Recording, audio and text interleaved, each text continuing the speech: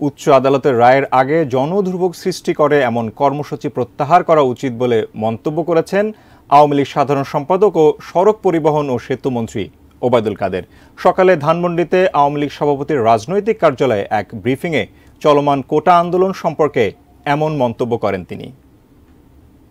কারণ বিএনপি প্রকাশ্যেই এবং তাদের সমমনস্করা প্রকাশ্যেই তারা এই কোটা আন্দোলনের উপর ভর করেছে, তারা সাপোর্ট করেছে। প্রকাশ্যে সাপোর্ট করা মানে তারা এর মধ্যে অংশগ্রহণও করছে। এখানে কারা কারা যুক্ত আছে সেটা কোনো ষড়যন্ত্রের অংশ কিনা সেটা